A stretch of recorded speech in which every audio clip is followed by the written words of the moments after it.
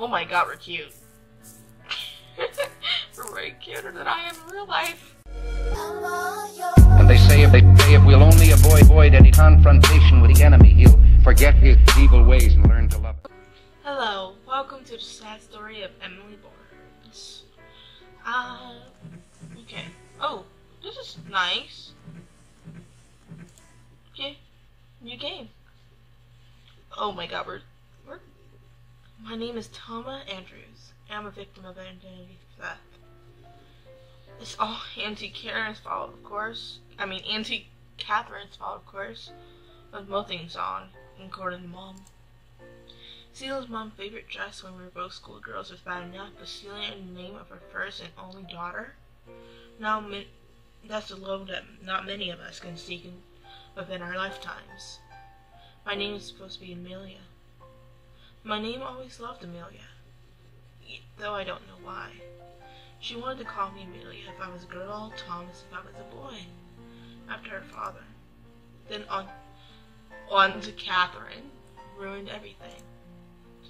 Aunt Catherine fell pregnant with her first child, around the very same time that my mom found out that she was going to have me. Their due dates were very similar, only a few weeks apart. Though Mom and Aunt Catherine have never been particularly close, they spent more time together during their twin pregnancies than they have in the last decade. They attended the same hospital for their checkups, went to the same support groups at the Civic Center. Their rocky relationship improved over complaints about bladder infections, morning sickness, and uncontrollable cravings for anchovies or smoked cheese. Aunt. No. Oh, okay. It didn't really want me to read that. Aunt Catherine was 1 year younger than my mom. She always got things first. That's what Mom told me. She was the first to have a period, first to pierce her ears, first to have a serious boyfriend. She's the first to have a baby, too. A baby girl. A baby girl called Amelia.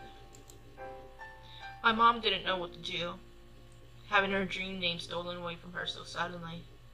She had half in mind to confront Aunt Karen about it, but didn't in the end. She just only begun to repair her relationship with her sister, and she didn't want to ruin it. But she was still annoyed. She still is. Mom would have called me Amelia anywhere, but the name didn't feel special to her anymore. Not when Aunt Catherine has used it. In the end, after much deliberation, Mom decided to go to her second option, Thomas. Since I was a girl, however, Thomas was an option. Was there a female variant of Thomas then? Tom Lissa, Tom Dora, Tom Setta? Maybe not. There's Toma, however, Toma Andrews. That's how I got my name. That might explain why I don't like it very much. My name wasn't really mine. Like the clothes are 2 sizes too big, it doesn't fit me properly. Never had. That's because it was never intended for me. If I was called Amelia, would my life be different? Hype, I swear to God. Would it change who I am? I don't know. I've never been an Amelia. I'm just Toma. A weird girl with a weird name. I mean, my name isn't the weird thing about me.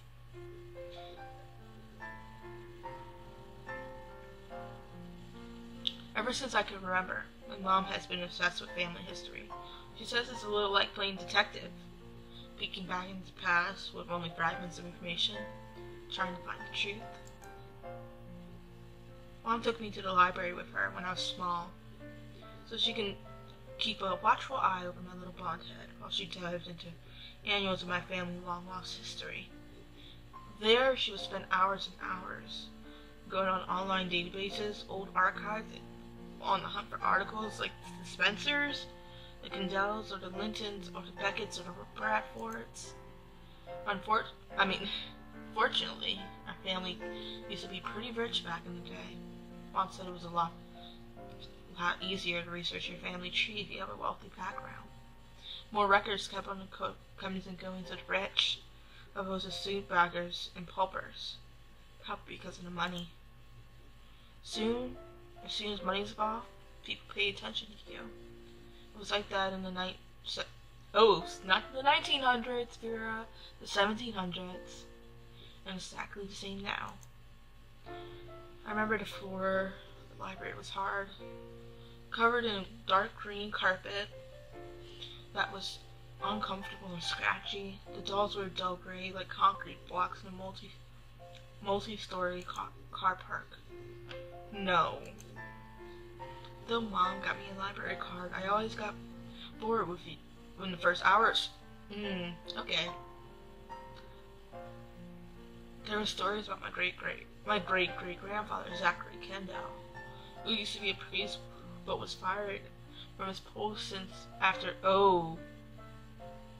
physically assaulted off a member of his congregation while drunk on Christmas Day. Or a story about my great-great-grandmother, Maribel Spencer, who ran away from home at the 15 to marry her middle-aged piano teacher, Roger Beckett. Or a story about my great-great-aunt, Rose Bradford, who rumored to be a witch, claimed she could clear any ache or illness with a spring of holly. I don't know why, but the stories that my mom told me, unknown of people from unfamiliar times, always resonated with me. Maybe because they weren't fictional characters or celebrities, but real people. My family. Part of me. I wouldn't be alive right now without Zachary Kendall. Even if he did beat up a member of his congregation, I wouldn't be alive right now without Maribel Spencer. Even if she did have a thing for older men who can play semi-D in 40s. In a way, I owe them. I owe them a lot. I suppose what they say is true. And speaking of blood, the local library isn't the only thing that my mom's investigations led her. Oh no, they were just the tip of the iceberg.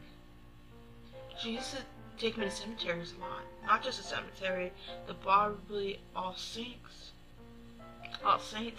Cemetery across Lincolnshire. Even for those up to Yorkshire and Leicestershire. The thing about family history is, if you get accepted with like mom, birth certificates and death certificates topping enough, you want to see real evidence of ancestors' past life for yourself. Hence, are the graveyards. Lots and lots of graveyards. Every weekend without fail, my mom would take me into a trip to graveyards, searching for ancestors. Sometimes we would turn it into a game. We would challenge one another who could see versus plan for finding rest place the quickest. The winner got to choose what we listened to on the car on the way home. Wait, we could roll back. Wait.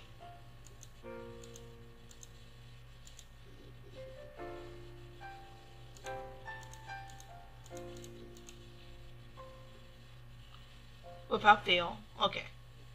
Being my mom's daughter, I hated her taste in music, and I was desperate to beat her. I got quite good at fighting crazy, if I do say so myself. I was around 7 or 8. My legs weren't as long as my mom's, but I was able to beat her 10 times out often. She used to think that she was going easy on me. Now I'm not so sure.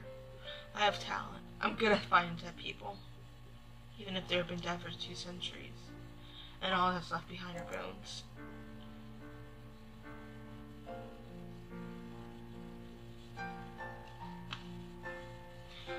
Now, let me get one thing straight. I'm not crazy. I don't think that people call out to me or anything. I never seen a ghost before, excluding what I've seen in horror movies. I guess it's just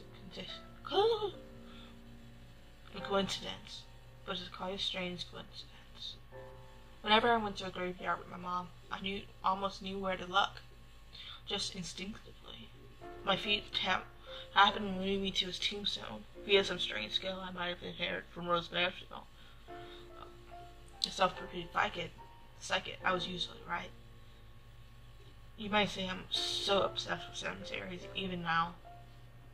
I went out to grades with my mom when I was almost away. Ever since I started attending at St. Hugh's High School. However, I only ever felt wrong. I get good grades in most of my classes. I'm hopelessly lost when it comes to anything beyond that. I have hardly any friends. And Hattie, I can relate, girl. Even though she might turn against me if she knew how I felt about her. I'm nothing like Amelia Miller, who so happens to be in the same class. Would they love me if I was called Amelia instead? But I do know. It's unfair and ridiculous. I don't like Amelia. I'm so jealous of her. Her parents are still together. Her dad has a good job. She has nice skin, pretty blue eyes. She's incredibly popular. On the other hand, I'm awkwardly shy. I can't hold a conversation with anyone other than Patty. That may be another reason why I like graveyards. There's a lot of people with them. But they can't bother me like they do in school. They're dead, and that's perfectly fine by me. As the saying goes, dead man tell no tales. Oh, God. Oh, I remember, you can go back. Dead no tales. They only have tales behind, which we can examine how we see fit. Okay, remind me in the comments that you can go back. That's why I came to Bar Happy. All Saints this Friday. Instead of catching up with the bus to go to school, I wanted some time off. A few moments where I could stop being myself. The person I never liked.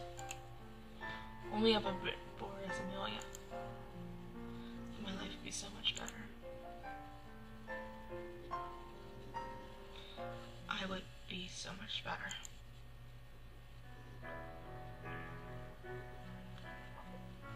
Okay. Let me save here. But let's talk about this. So she is, this is a queer romance. I specifically chose it because it was a queer romance. I was looking for a nice visual novel to play on this channel, especially in this transitional time in my channel.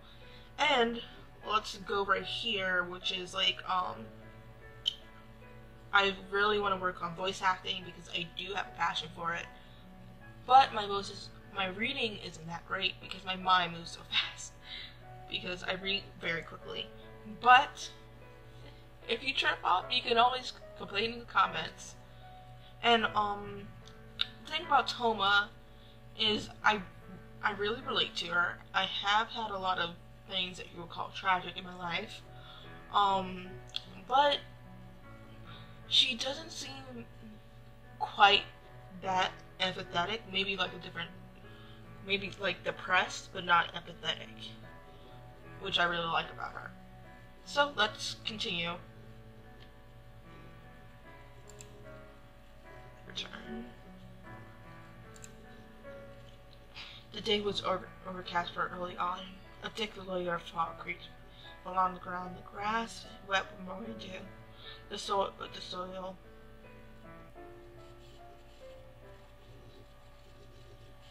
Great.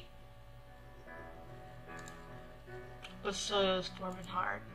I suppose that it is expected. You don't want to build a graveyard on a marshland where people risk falling through the earth and into the graves.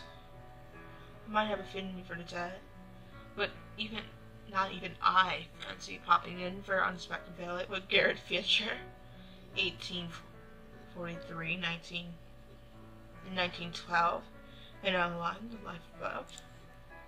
It's cold, too. The wind shakes down my spine. I shiver. It isn't a rough wind, but instead it's a soft, brushing past my teeth and through my hair, almost like in an apologetic manner. The soft leaves of the tree is dark green, some already turning red and yellow. The sun and the sky are obscured by clouds. Everything looks so gray. My feet crunch over every stray leaves. Every step I take, that's the only sound I can hear. Just me. Oh my god, we're cute. We're way cuter than I am in real life. Am I right, Tom? As I walk through the well-trodden paths, I pause, examining each tombstone that catches my interest. There's something strangely about visiting these old stumps of stone, even though they're greeting me. Why would they? And why wouldn't they? I come here often enough. They should know me by now. Any other mother would probably find their daughter's only daughter's obsession with graveyards unsettling. But fortunately, my mom is just as weird as I am, and she doesn't question it. She must know my love of graveyards is all her fault. I nod my head in recognition as I pass each tombstone. Oh god. At least, great. It didn't want me the names. I wonder about these people, reduced to know nothing more than names and bones. What lives they lead? Were they happy, sad, or merely bemused by all the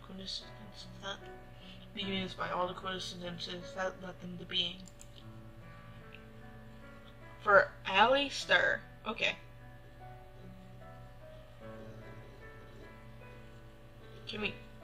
Alistair. That happened in 1879 for Irene Daves. Ew. No. Go back. For Irene Douglas, it was 1894. What world was back then? Why was it when these people were still alive? Their footsteps? Not mine. Crusty Sutonways felt firmly against the compacted herbs. I don't know. It's hard for me to imagine it. As I walk. Okay, can we blush about the character? Ooh, no. Okay, the character art looked so painted, which I really like. Other than my art style, which is very cartoony, very like home animation. Let me stop Taskmaster. As I walk through the graveyard, like Alice sinking into Wonderland, a heavy thought suddenly strikes me. What would it be like if I was already dead? No, sweetie, no, no suicide in this story. It's not Doki Doki. I close my eyes. The cold wind blows across my street. I can swear I can always smell it. The earth to create my mouth shows the scent of decay. Was that loud enough? Because I really think that she's quiet. What was that sound? It was almost like a footstep. It can't be. I'm the only person here after all. At least I thought I was. Not anymore. A young girl stands. Ooh, I got an achievement. Chant. A young arm, hand by his side. Her arms wide and blue. Her hair was loose, light brown. Her fringe cut. Ooh, she said. Right above her eyebrows. She wears a white dress, long and modest, would fall to her ankles. Her dress is comprised of another layers that looks something that belongs to another era, another time. Ooh.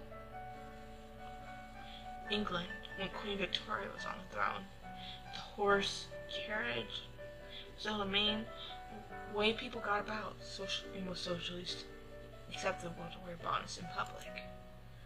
She looked like no one I've ever seen before, except characters in period dramas. There was something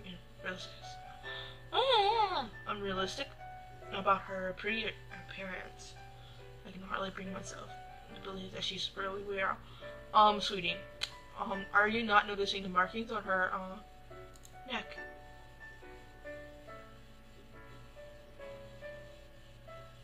Maybe that's why I'm doing something I regularly ever do. My curiosity unsticks my throat. Ooh. Okay, wait.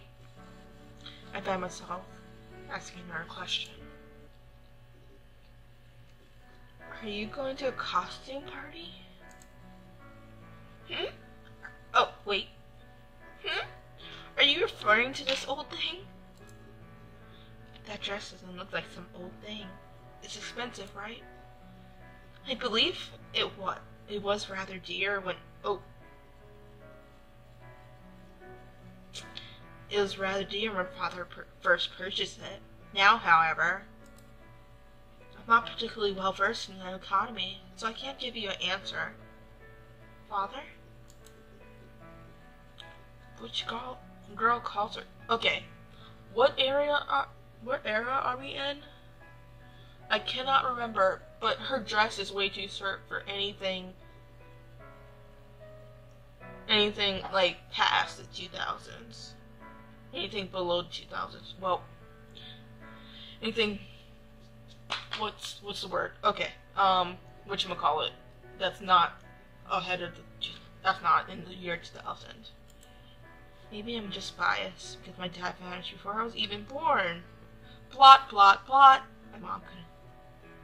Okay. Which was quite funny, really, because he had no qualms about the commitment when he asked me to sleep with him. Father seems too dated. I haven't touched the other stuff, she said. Oh, the girl smiles. Her face remains pale and does not flush. But I can imagine blood coursing between her cheeks all the same. She gives the impression of blushing, even though she does not.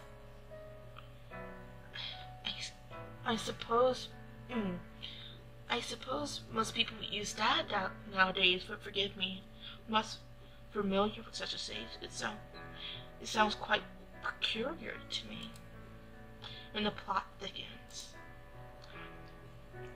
My questions only seem to invite more questions. I find myself drawn towards this strange girl despite myself. I want to know who she is. I want to understand her. Oh, and just know this game has no choices. It must be this feeling, this desperate thirst for healing knowledge, which encouraged Mom to track down. Oh, the now remains of Zachary Kendall, Maribel Spencer, Rose Bradford, and the rest. So, I haven't seen you around Barrowby before. Do you live here? I have lived here for a very long time.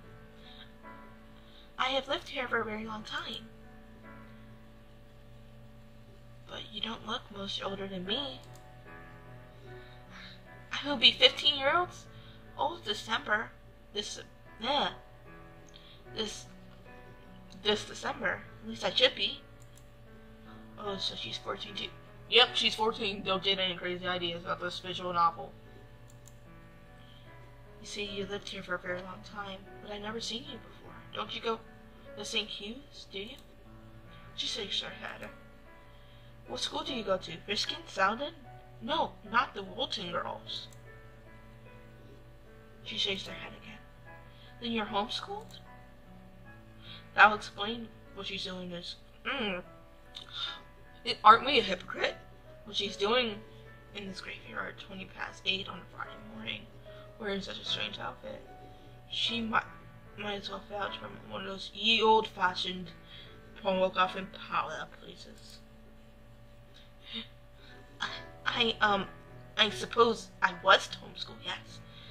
I suppose I was homeschooled, yes. I never have been to a school before. I used to have Illy, but I haven't seen her in some time. Illy? A private tutor? Something like that, yes. She was rather strict. She got angry when I escaped from a scruffy old history lesson and hid over to Landon State. She smiled a soft, gentle smile, like an old woman with rheumy eyes who might as well be crowded in fond memory. I don't know if I ever saw anyone my age pull a face like that before. Who was this girl? But you don't have a tutor anymore? There wouldn't be much point anymore.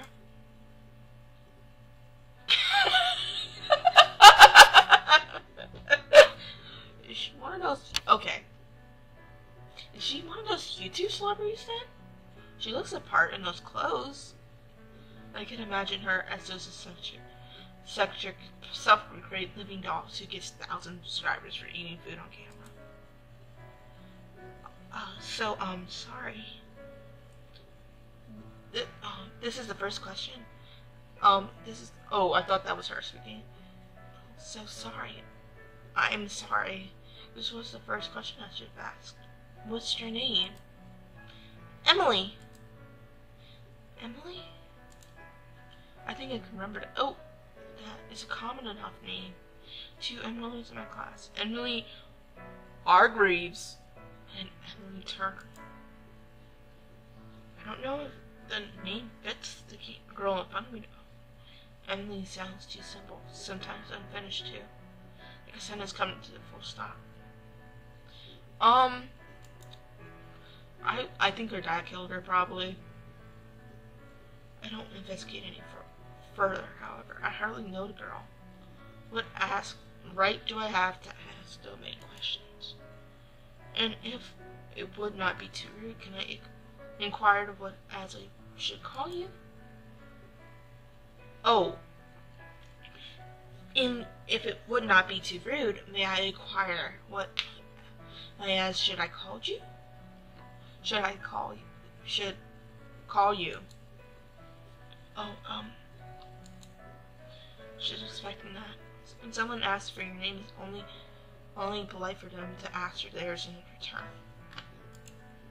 I don't like answering this question, no. I never do. Just what is my name? I never have. Okay. Just what's my name anyway? It says Toma on the certificate, but I can't bring myself to believe that. Not even when I was treated before I took my first breath. They'd be called Amelia. Oh my, don't look so troubled. You'll make me feel guilty. Sorry. Oh, sorry.